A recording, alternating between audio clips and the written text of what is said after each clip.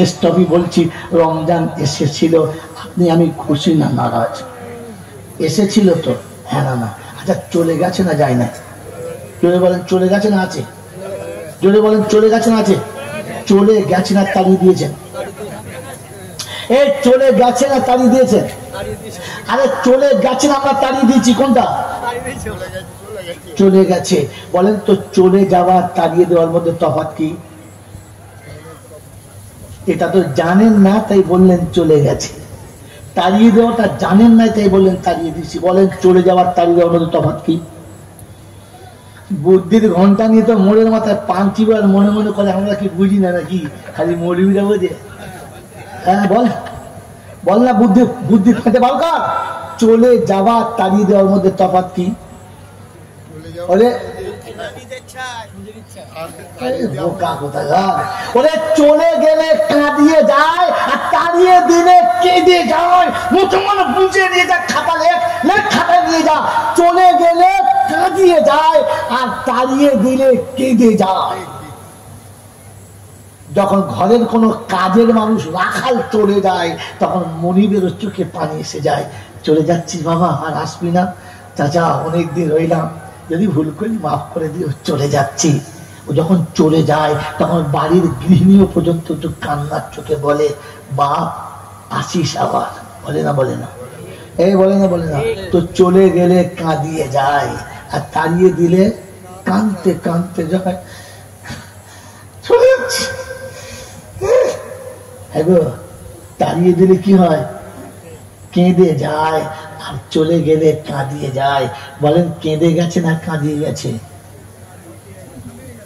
ওই মুসলমানের ছেলে রমজান যাওয়ার সময় কেঁদে গেছে না কাঁদিয়ে গেছে? কেঁদে গেছে। রমজান কেঁদে গেছে, তার মানে তুমি তাড়িয়ে দিয়েছো বন্ধু, তুমি তাড়িয়ে দিয়েছো রমজানকে। রমজান যাওয়ার সময় তোমার মুখের দিকে ঘুরে ঘুরে তাকাচ্ছিল, বলে হুজুর তুমি দেখো? হ্যাঁ দেখেছি। তাই তো রমজানের চাঁদ তুমি দেখতে পাও নাই। রমজান তখনও ঘুরে ঘুরে তাকাচ্ছিল, এখনো আছি এখনো আছি। বল বল, আমি রহমতের মালা নিয়ে এসেছিলাম, আমি বরকতের মালা নিয়ে এসেছিলাম, আমি মাগফিরাতের ডালি নিয়ে এসেছিলাম, আমি নাজাতের পাশা বলেছিলাম তোর কাছে নেবো, খারাপ খালি হাতটা বাড়া, তুই চাইলে আমি দেবো না। পৃথিবীতে চাইলে লোক ভাগ দেয়, মায়ের কাছে বাচ্চা চাইলে আঁচলে যা আছে সব ঢেলে দেয়, হ্যাঁ না না? যদি বলে আল্লাহ পাক বলে মা যত ভালোবাসে আমি তার থেকে 70 গুণ ভালোবাসি। রমজানে আমি তোর জন্য রহমত দিয়েছিলাম, আমি বলেছিলাম তুই হাত তুলবি আমি ঢেলে দেবো না, ঢেলে দেবো, তুই নিয়ে শেষ করতে পারবি না। কিন্তু আমার মতো নসিব পোড়া মৌলবী জয়নাল একটা দিনও ইফতার সামনে নিয়ে বলতে পারলো না রব্বানা তোর ভয়ে ছাড়া এই কাজ করতাম না। আজ সেহেরির মাইনাই ইফতারির সামনে নিয়ে তোর কাছে হাত তুলেছি। আল্লাহ এই পিপাসার ক্ষুধার্তটা যদি তোর ভয়ে হয়ে থাকে তুই ক্ষমা করে দিস, আমাকে মাফ করে দিস, তোর রহমতের ভাগিদার বানাস। এতটুকু ক্ষমা চাওয়ার আর দোয়া চাওয়ার সময় হলো না। আজানের সময় মাইকে আওয়াজ হয়ে গেছে, টং টং টং আওয়াজ হচ্ছে। ও তখন হাতে ছোলা নিয়ে বেগুনি উল্টাচ্ছে, বলছে তোরা বস না বেগুনি। ইফতারি দোয়া কি? জোরে বলো। বেগুনি। ফেরেশতা চিন্তা করছে খোদা এটা ইফতারি দোয়া হলো? তখন পেঁয়াজি ছাড়ছে আর বলছে তোরা খা তোরা খা তোরা খা। তা করতে করতে রোজাটা মকরু হলো, তারপরে খেলো। হ্যাঁ না না বলেন না? যত কাজ সেটা ঠিক ইফতারির সময়, যত ঝামেলা ইফতারির সময়। 30টা দিনের 10টা দিন রহমতে ছিল, একদিনও ভালো করে চোখের পানি ফেলে কমপক্ষে বুকটা ভিজাতে পারলাম না।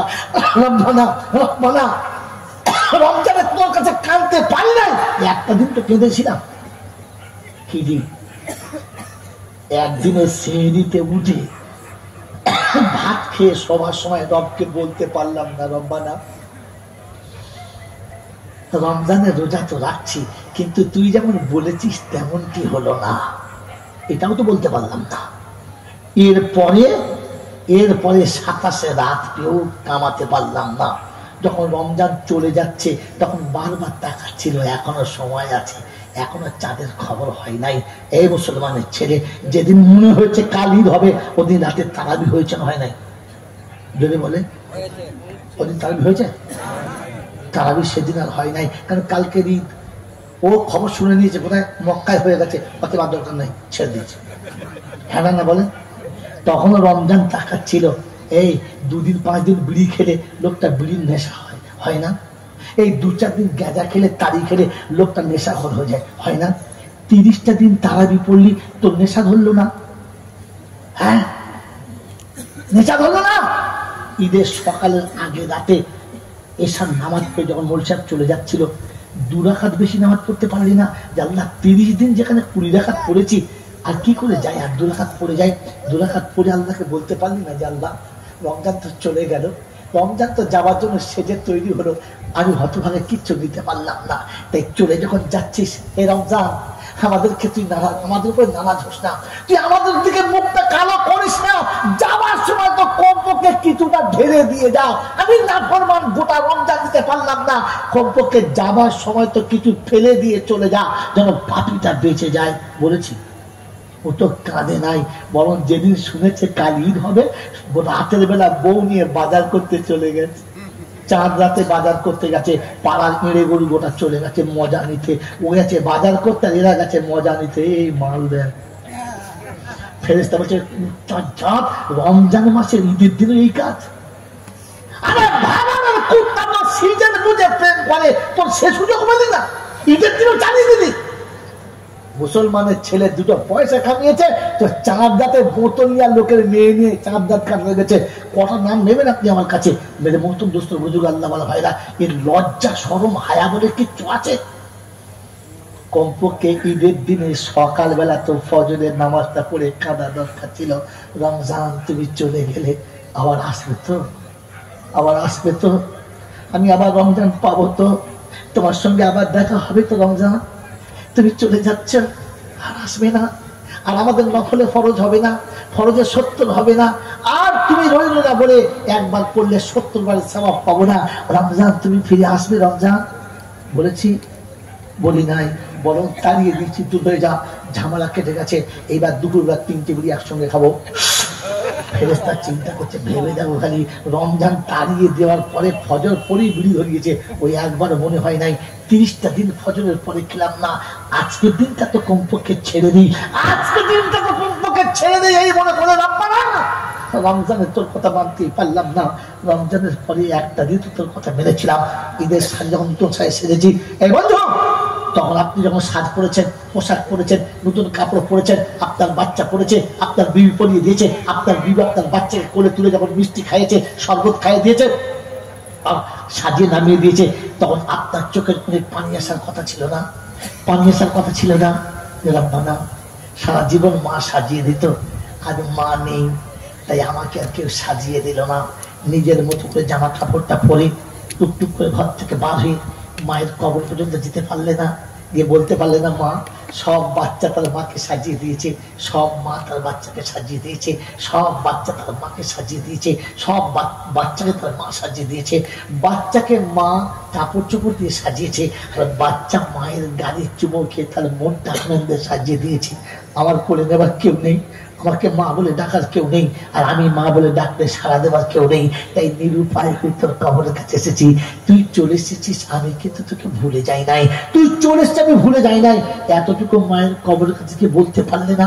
বিশ্বনবী জানাবে মুহাম্মদ রাসূলুল্লাহ সাল্লাল্লাহু তাআলা আলাইহি ওয়াসাল্লাম যেদিন মদিনা থেকে মক্কায় ফিরছিলেন, মাকামে হাজরার কাছে এসে দাঁড়িয়েছে আবু বকর সিদ্দিক, ওমর ফারুক, উসমান গনি, আলী হায়দার, তালহা, জুবাইর, সমস্ত সাহাবাদের বললেন দরজার বাইরে দাঁড়াও, আমি ভিতরে যাচ্ছি।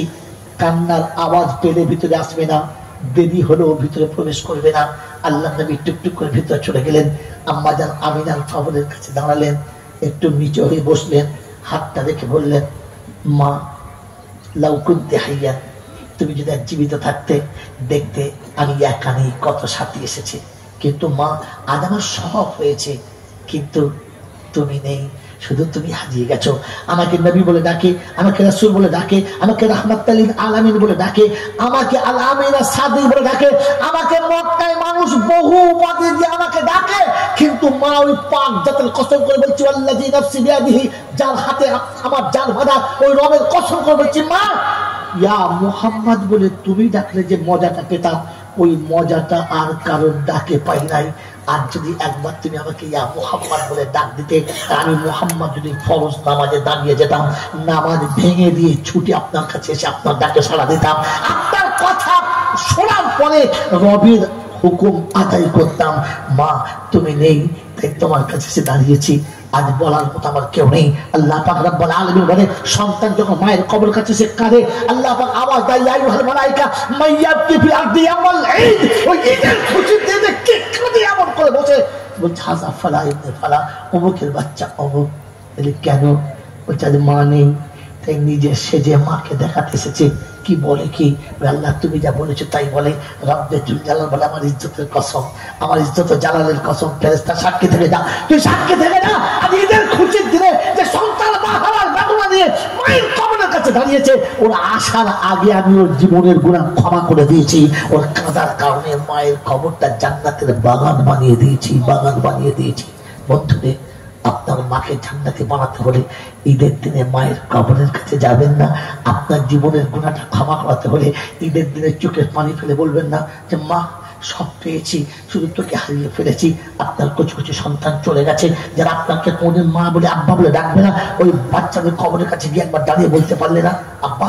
আজ সকালবেলা ঈদের নামাজ পড়ার সময় সবাই আমার কাছে এসে বলেছে 200 দাও, 100 দাও, ঈদে খেলতে যাবো, বেড়াতে যাবো, সবাই টাকা চেয়েছে, তুই চাইবি না? ওঠ, একবার আব্বা বলে ডাক, একবার আব্বা বলে ডাক। আজ তুই ডাকবি আর আমি তো সারা দেবো। তুই কোনোদিন ডাকবি না আব্বা, আর কোনোদিন ডাকবি না, তাই তুই ডাকিস নাই বলে আমি তোর কাছে এসেছি। ওকে পরওয়ারদিগার আলম যারা কোলে আছে তাদেরকে আমি ক্ষমতা মোতাবেক সাজিয়ে দিয়েছি। তোর কাছে চোখের পানি দিয়ে বলে গেলাম, আমার চলে যাওয়া বাচ্চাগুলোকে তুই তোর কুদরতে সাজিয়ে দিস। আমার বাচ্চা ঈদের দিন কাঁদে না, আমার বাচ্চা যেন কোনোদিন কষ্ট না পায়। মতম দোস্ত বুজুর্গ, ওই ছোট্ট বাচ্চাটার জন্য একটা ছোট্ট পোশাক কিনে কোনো এতিমের হাতে দিয়ে দাও, কোনো মিসকিনের হাতে দিয়ে দাও, কোনো অসহায় হাতে দিয়ে দাও। আর ছোট বাচ্চার কাছে গিয়ে বললাম, মা আমি বলি নাই তোর ঈদের জামা পাঠিয়ে দিয়েছি, টাইম মতো পেয়ে যাবি, কাঁদিস না। কারণ কাল কিয়ামতের ময়দানে এই মাসুম ছুটে এসে বলবে, আব্বা তোকে না নিয়ে আমি জান্নাতে যাব না, জান্নাতে যাব না। এজন্য কোরআনের আয়াত শুনেছিলাম, ইয়া আইয়ুহাল্লাযীনা আমানু লা তুলহিকুম আমওয়ালুকুম ওয়ালা আওলাদুকুম আন যিকরিল্লাহ। ওই ঈমানদারেরা, দুনিয়া যে যা করছে করুক, দুনিয়া যে যা করছে করুক, দুনিয়া যেখানে যাচ্ছে যাক, তাকাস না।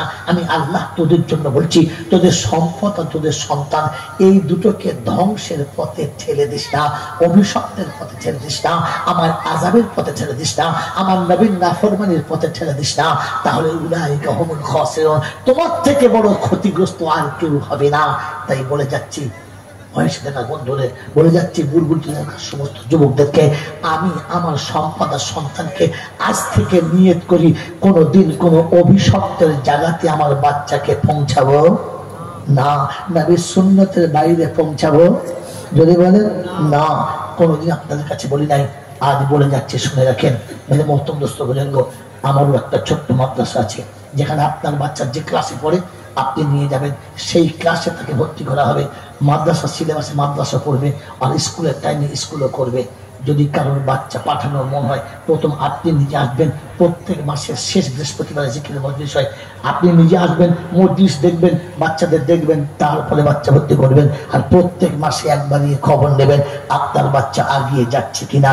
এই দাওয়াত দিয়ে গেলাম, আমি কোরআন শিখবো, বাচ্চাকে কোরআন শেখাবো, আমি জাহান্নাম থেকে বাঁচবো, আমার বাচ্চাদেরকে জাহান্নামের আগুন থেকে বাঁচাবো। এই প্রতিজ্ঞা নিয়ে এখান থেকে সকলে উঠবো ইনশাআল্লাহ। যদি বলেন ইনশাআল্লাহ। আল্লাহ আপনাকে আমাকে সবাইকে বলার সাথে মানার তৌফিক দান করুন, বলুন আমিন।